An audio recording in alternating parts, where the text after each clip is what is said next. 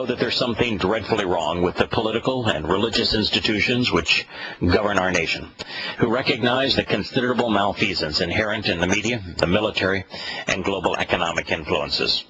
We realize that these institutions are the problem. They caused them, which means that they cannot be part of the solution. We ought not be concerned on who we vote for because it will make no difference. Therefore, our mission is to look behind the headlines so that we know who is perpetrating these tragedies that are besieging our planet. Because based upon this plague of adverse political, religious, military, and economic influence, we have at most 15 years until all hell is unleashed on this planet, until it becomes unrecognizable. A complete economic collapse is going to transpire. World war, unrelenting propaganda, and the deaths of billions. As a result, in our second hour, we're going to engage God on His terms through evidence and reason, since His guidance regarding His covenant provides the only escape from what will soon befall planet Earth.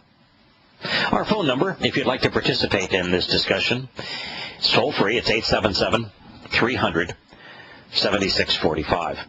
Before I begin, I have an announcement that I would like feedback on. I have prepared some 250 pages of documentation entitled America's 101 Wars. I'm in the midst now of editing that for presentation purposes. It begins with the first wars fought by the American colonialists, of which there were 13, and then documents the 89 wars that were perpetrated by the United States since its inception, following the Revolutionary War. It is an amazingly enlightening tale. It's a tale that is very seldom told. Now, to present that much information during the first hour of this program would take us better part of a year. So I'm wondering if I should present this tale of woe. It's a tragic tale that really does need to be told. Do I record it separately, say on Blog Talk Radio, where I currently have the Shabbat show every Friday, but just expand the broadcasts on Blog Talk Radio? Or do I devote part of the first hour every day to this, or devote an enormous amount of time to it? It would take us away from the news for a very long time if we were to do it. So I'm just curious as to whether or not those of you who are listening to this program have an interest in knowing about America's past, very violent past, the very past that Jefferson begged us not to continue, this state of constant war. Yes, in less than 250 years, America has engaged in 101 wars, conflicts, conquests, invasions, and punitive actions. It is not a pretty picture, but it paints a picture that I think we all need to know. Now, if you're wondering how to best contact me, most of you do know, but if you go to Yahowah.com, on that website, there is a Contact Us button. If you send an email via it, which is essentially email at yahowah.com, I will receive it. I'd love to hear your thoughts on this. There was a mention in the news that QE2 is being opposed by Republicans. It's actually QE3 that we're part of now. QE3 is a $1.1 trillion annual exercise and counterfeit by the Fed. Now, prior to doing the study for a program earlier this week, on Tuesday of this week, I had wrongly formed the conclusion that, partly right, partly wrong, that China was the largest holder of U.S. treasuries, and therefore it is foolish for us to position our military to confront China. A country that owns us isn't going to destroy us, and thereby destroy their own holdings. And it's true that the Chinese are the largest national owner of U.S. treasuries, to the tune of about $1.3 or $1.4 trillion.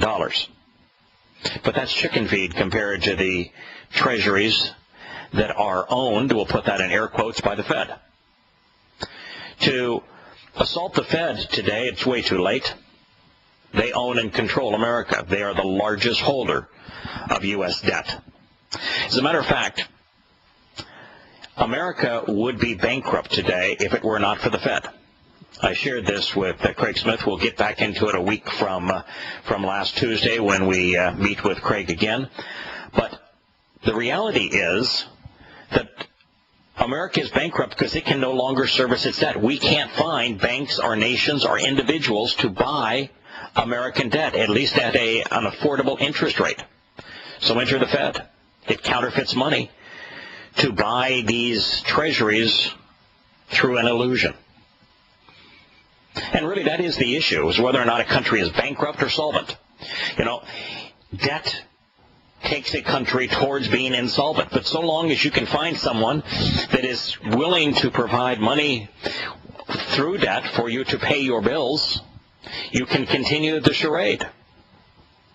But once there is no one willing to provide you with sufficient money to continue the bad habits, the overindulgence, it comes to a crashing end. Immediately, overnight. And the only reason we haven't reached that crashing end, which is brought on by finding no one willing to service this growing mountain of debt, is because of the game the Fed is playing. It's called QE3. In another future program, the other thing I wish to talk about, since it also came up in the news, is the Affordable Care Act. The Affordable Care Act, as I thought about it this morning, is actually a blend of what I expect to dominate the world over the next 20 years. If you want to know what the world's economy and political infrastructure is going to be like over the next 20 years, it is presented within the Affordable Care Act. You see, the Affordable Care Act, in terms of its strategy, it's pure communism. It is socialism. It is based upon from each according to their ability, to each according to their need. That at the heart of the Affordable Care Act, and the reason it cannot be changed, it was based upon the strategy that the healthy are going to be charged more so the sick can be insured more cheaply. The reason that no one can be turned down for a pre-existing condition is because those who do not have a pre-existing condition will be charged more. So it's from each according to their ability, to each according to their need. But the mechanism at play isn't communist or socialist. It is in fact fascist. It's private insurers that are being engaged. But there is only one dedicated product that they can offer. The government has decided that the private insurers can only offer one product, and that is the product that the government is dictating and has designed. And they can only offer that product through the government. Fascism, the only difference between fascism and communism is that in fascism there is private ownership, private business. But the private business in fascism is controlled even more tightly and adroitly than it is in a communist society where there is no private ownership. And when you deal with control of that magnitude, there really is no difference between total control and total ownership. And so it is through the Affordable Care Act that we see this blending of communism and fascism that will be the basis of the New World Order and the economics of the future, dictating bankruptcy on the masses, enslaving them, treating them as inferior, while some, particularly those politically empowered, get richer. Now, yesterday, we were talking about this fellow, Sana was his name, from the Philippines, that is engaged in a hunger strike in solidarity with his comrades in the Philippines. And rather than blame the Philippine government for being ill-prepared, rather than blaming the Philippine government for their total negligence in moving people to safety when they had 5 days to move them to higher ground, which would have been extraordinarily easy to do. Rather than blame them for not having bulldozers and dump trucks and public latrines and stashes of water and food and tarps for shelter in the foothills on both sides of Tacloban that could have been deployed within an hour of the time that the storm had passed. No, Shana and his fellow pseudoscientists, now religious zealots, want to blame countries that are providing the aid, Europe and the United States, for causing the storm that ravaged the Philippines. I'd like to continue that article. We'll probably take 30 minutes to do so, and then we're going to transition into a rebuttal of Hagee's book called The Four Blood Moons. The article continued. It was presented by CNN. It said that the long-term climate change, driven largely through the use of fossil fuels, which release heat-trapping carbon emissions into the atmosphere, is controversial politically. But is it accepted as fact by most researchers? Well, that's not true, by the way. It's not controversial politically. It's controversial in terms of the research. It's not based on actual research. There is no research that shows that man is responsible for global warming. None. There is lots of research that shows that global warming is a result of 1,500-year cycles that have been present here on the Earth for millions of years, perhaps even billions of years. And that these 1,500-year cycles, including cold periods and warm periods of equal duration, is what is driving the current weather trend. So scientists, those who are now become politicized, those who have become religious in their zeal, say that they can't pin any particular storm on the process, but that the warming of the air and oceans loads the dice in favor of more extreme weather. So the fact is that the North Atlantic has actually cooled. The South Pacific has warmed. And there will be, in the next decade, a reversal of that, as there is a constant change between the warming and cooling of the waters. As a matter of fact, speaking of cooling, the polar ice cap this year was 60% larger than it has been at any time in the last decade. In the last 30 years, the temperature of the Earth hasn't risen so much as a fraction of a degree.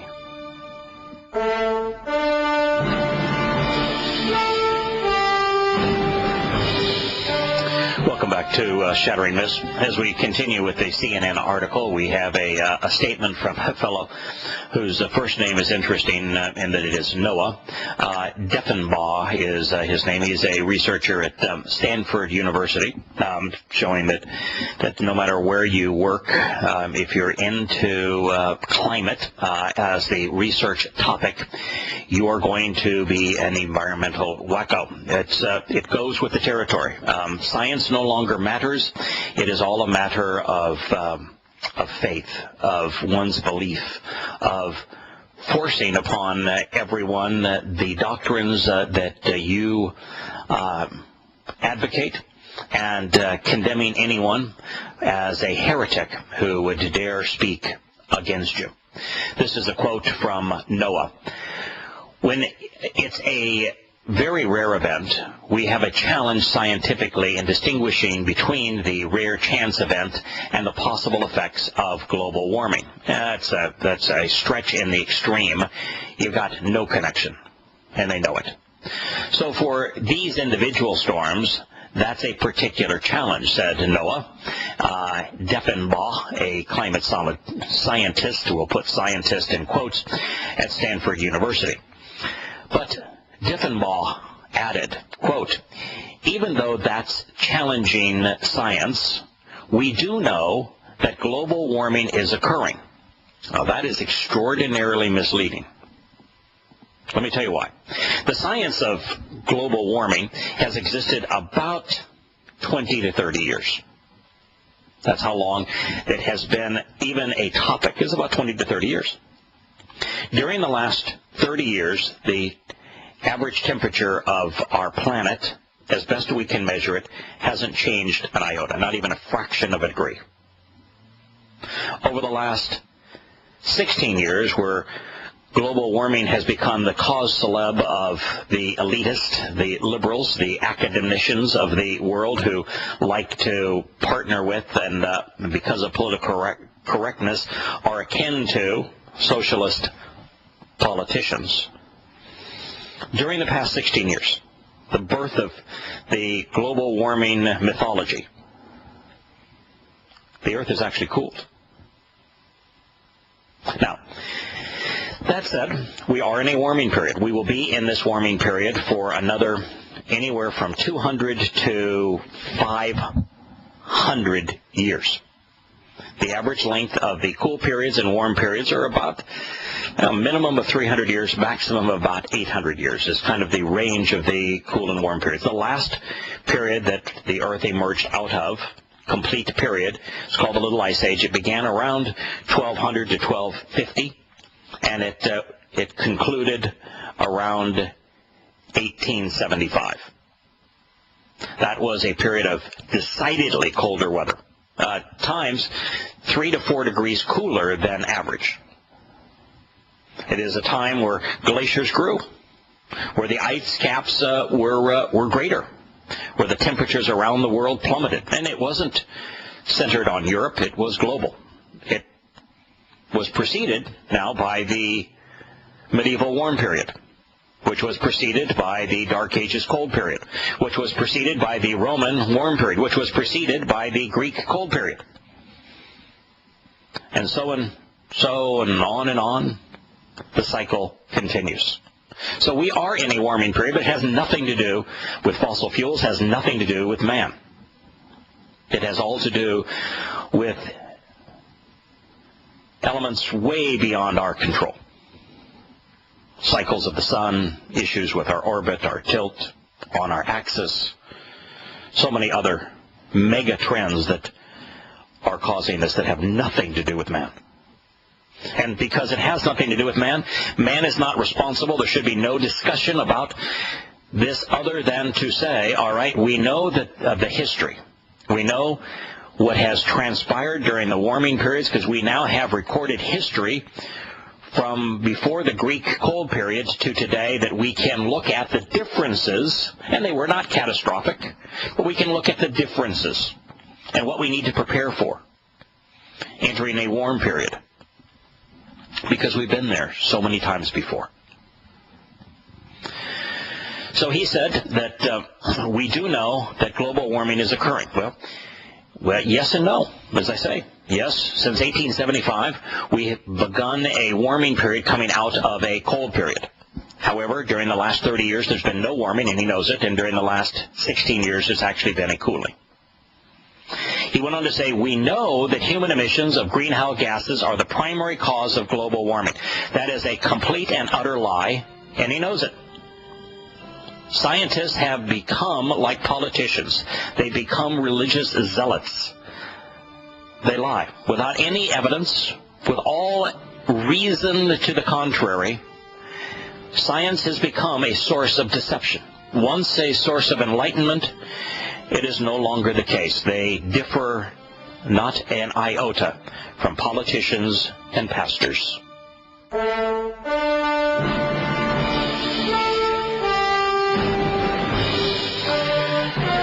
Welcome back to Shattering Myths.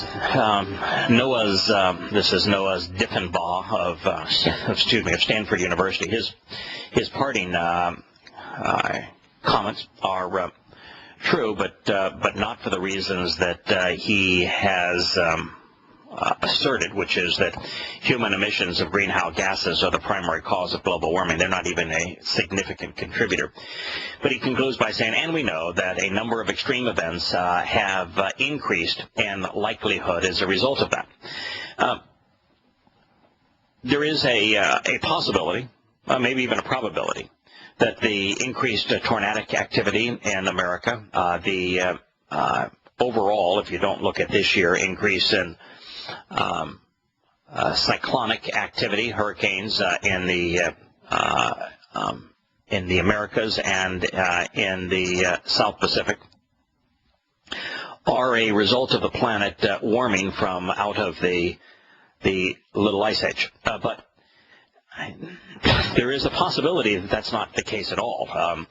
There are many scientists who've recognized that the natural warming of our planet does not necessarily mean more severe storms.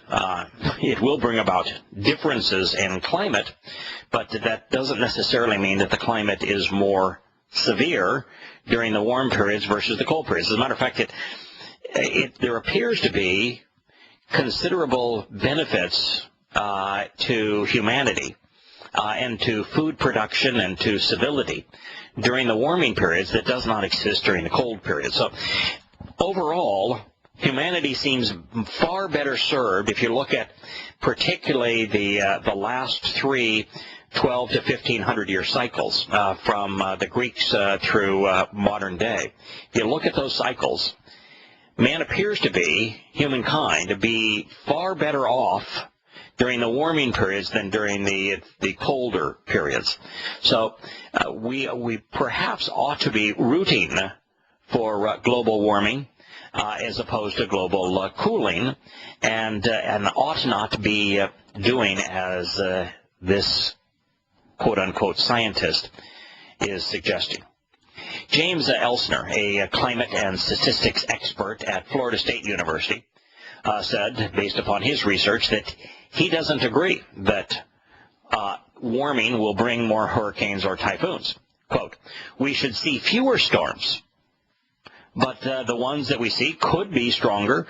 Elsner said that appears to be the trend over the past 30 years. In fact, over the past 30 years, as it relates to hurricanes and cyclones, we've actually had fewer of them, but the ones we've had have been slightly greater in intensity. But, you know, we really don't know the connection here. It's the truth of it. In October, a study in the scientific journal Nature noted that more than 5 billion people live in areas that could be affected by climate change by 2050. Thus far, by the way, all of their predictions relative to rising sea water have been wrong. It's based primarily on the melting of the polar ice caps, but the polar ice caps, which were supposed to be ice-free this year, according to these same projections by these scientists, were 60% larger than any time in the past 30 years. So their models are completely broken, and their models, even when they postulated their models, they said if the Earth went through a 15-year period without any appreciable warming, that the models were wrong. Well, we've gone 30 years without any warming at all, and 16 years with a cooling period. So though nature is part of the propaganda here, the fact is we don't have a model suggesting seawater rise. Now, during the warm periods, there was a modest seawater rise, but it was then receded during the cooling period, and it was quite modest and quite manageable. A June report by the World Bank noted that the Philippines is already seeing the effects of a warming climate, ranking 16 of its provinces amongst the most vulnerable in Asia. The reason for that, and for the World Bank engaging, is that the myth of man-made global warming is entirely conceived for a singular purpose: to enrich those who are promoting it as they take money from those who are productive and give money to those that will ensure their positions of power. It is the standard socialist communist government schemes that we see destroying the very productivity of America. The Philippines has launched efforts. Of course, they want to be considered cooperative because they want to be the net beneficiaries of cap and trade and the carbon tax to better prepare for the impact of climate change. President Aquino III told CNN's Christine Amanpour on one day last week that she is addressing the issue as a global problem. Now, the reason she's doing that is twofold. One is she wants to be seen as cooperative because she'll be a net recipient of the money. Even the United States, Kerry has spoken in favor of this, as has Obama, because they're socialist. So socialists worldwide and those who will be the net beneficiaries are willing to cooperate with these climate change religious zealots. Now, there's also another aspect to this. Aquino bungled this because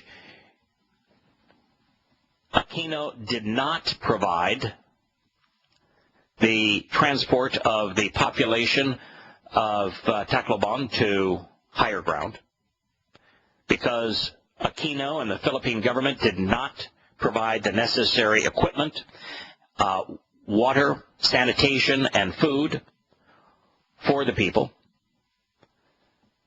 Then it is incumbent upon the government to push away blame, to say, no, we're not responsible. You know, the fact that we didn't have any trucks prepared and all we had was a tank or two, the fact that we didn't have any airplanes loaded, the fact that we didn't have all of this waiting on higher ground along with the people to protect them from the looming catastrophe. Don't blame us, blame someone else. So he said, addressing the issue as a global problem, we all live on one planet. Either we come up with a solution that everybody adheres to and cooperates with, or let us be prepared to meet disaster. Well, he knows that he was ill-prepared, which is why his country is in the midst of a disaster, and he wants to have everything taken care of by others. It's the mentality of America today, the mentality of much of the world. Blame someone else for your own mistakes, for your own inability to be prepared. On the table in Warsaw, which is where Sinai is conducting his fast for the betterment of the world, he'd starve himself to death. That would probably be a good thing. Is the issue of compensating countries that suffer effects of climate change and can't afford to adapt on their own. See, it's all about money. Compensating. Where's the money coming from? From those who are productive. Where's the money going to? To those who are unproductive.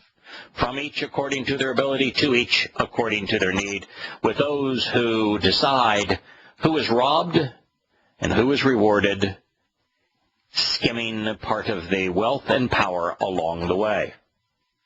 Quote, the poorest people in the world are at greater risk because of our vulnerability and decades of maldevelopment, which I must also assert is connected to the kind of pursuit of economic growth that has led to an altered climate system.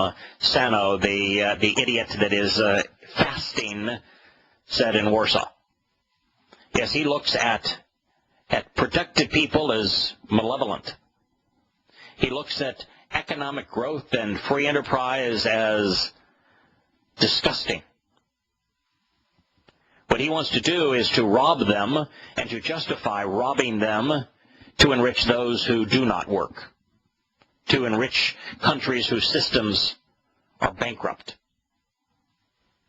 In his remarks to the conference, Sano challenged climate change skeptics to, quote, get off their ivory towers and away from the comfort of their armchairs, end quote, to see the communities battling flooding, hurricanes, and fires. And if that is not enough, they may want to see what happened to the Philippines now. He is a scum. He is a liar. The world would be better off without him. Now, I'm not a violent person, but if somebody wishes to take their own life, whose life is contributing to the harm of the world is better off without them. The disaster in the Philippines occurred because the Philippine government was not responsible, and because the individuals whose communities were trashed were not prepared. They were not responsible. It's a tragedy, absolutely. But this tragedy was not caused by those who build airplanes in the Americas, who grow food in the Americas. It was caused by those who were ill-prepared in the Philippines. If you want to go to the Philippines, what you will witness is not the effect of farmers in the Americas or manufacturers of airplanes and engines in America, because they are the solution. What you will witness is what corrupt government does. is how sickeningly corrupt government is, and how government will take care of all manner of things except those things that it actually should do. Now, yesterday on the program, we had a caller speak of the fact that he was irritated that his government won't provide bulldozers and trucks and sanitation and portable water and food, but it will supply aircraft carriers and bombers and fighter jets and tanks. America is no better. In his remarks to the conference, this climate skeptic said that all of the world's current flooding and hurricanes and fires are all a result of man-made global warming. It's a lie. This year's Warsaw Conference brings together countries that have signed onto the UN Framework Convention on Climate Change. The UN Framework is about two things: cap and trade.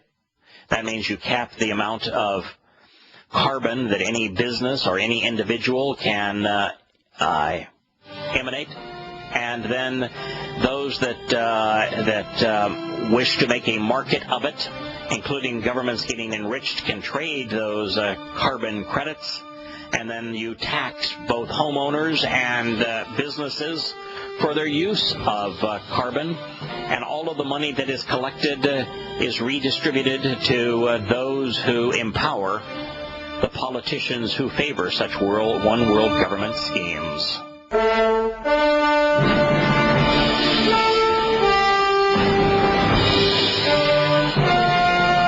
Welcome back to Shattering Myths. And as we're shattering the myth of the religions of secular humanism, of political correctness, I have obviously a confession to make, in that we're not going to be able to shatter the myths of religious Christianity, of evangelical Christianity, and the four blood moons as they were written by Hagee, but we'll get to that on Monday. I do want to finish our presentation here of debunking the myth of man-made global warming and outing those that are its evangelists. Because you see, Sano is doing everything he can to cloak his myth of science in religious terms. The storm will be a hellstorm. He is fasting while he preaches. He is talking about the effect on the masses and of their salvation. And so he is a religious zealot. Let's continue. Sano said that at the last conference held in Qatar. Now, Qatar, by the way, is the country that is supplying most of the weapons for the Libyan civil war, which turned Libya into a terror state. It's supplying most of the weapons for the Syrian civil war, which turned a peaceful demonstration into a murder civil war, where probably in the range of 150,000 people have been killed. Qatar has built the largest plant of converting propane gas to a liquid form so that it can be shipped around the world, obviously a fossil fuel. And Qatar was, prior to that, one of the largest distributors of petroleum. So he was not just a complete hypocrite, of course, when the last conference was held last year in Qatar. He appealed to the world to open its eyes. It's also a religious concept, as the Philippines had confronted another catastrophic storm, Typhoon Pofa, which was the costliest in the Philippine history. That was last year. And he said, in less than a year hence, we cannot imagine that a disaster would be bigger. And yet, with a cruel twist of fate, a religious term, my country is being tested, a religious term, by this hellstorm, obviously a religious term called Super Typhoon Haiyan. And he said, speaking on behalf of his delegation, the countless people who could no longer speak for themselves after perishing from the storm. Yes, they perished because they were not saved by the science of man. The Climate Action Network, a body of 850 non-governmental organizations, later announced that members of, quote, civil society, that would be those who were enlightened, those would be those who were socialist, secular humanists, those plagued by political correctness, were joining Sano in fasting. In a move, it said, is unprecedented within the history of the climate movement. Yes, it is a climate movement because it is religious zeal, which is why they're embodying fasting, a religious concept.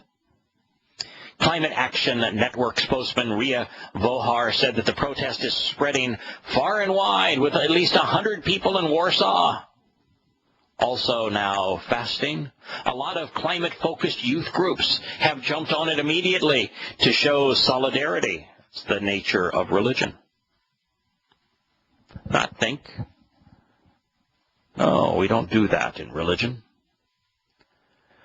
Volhar said that the hunger strikers want the Warsaw Conference to take concrete steps towards reducing carbon emissions before 2020, enacting an international mechanism for damages and financing efforts to adapt to a warming world.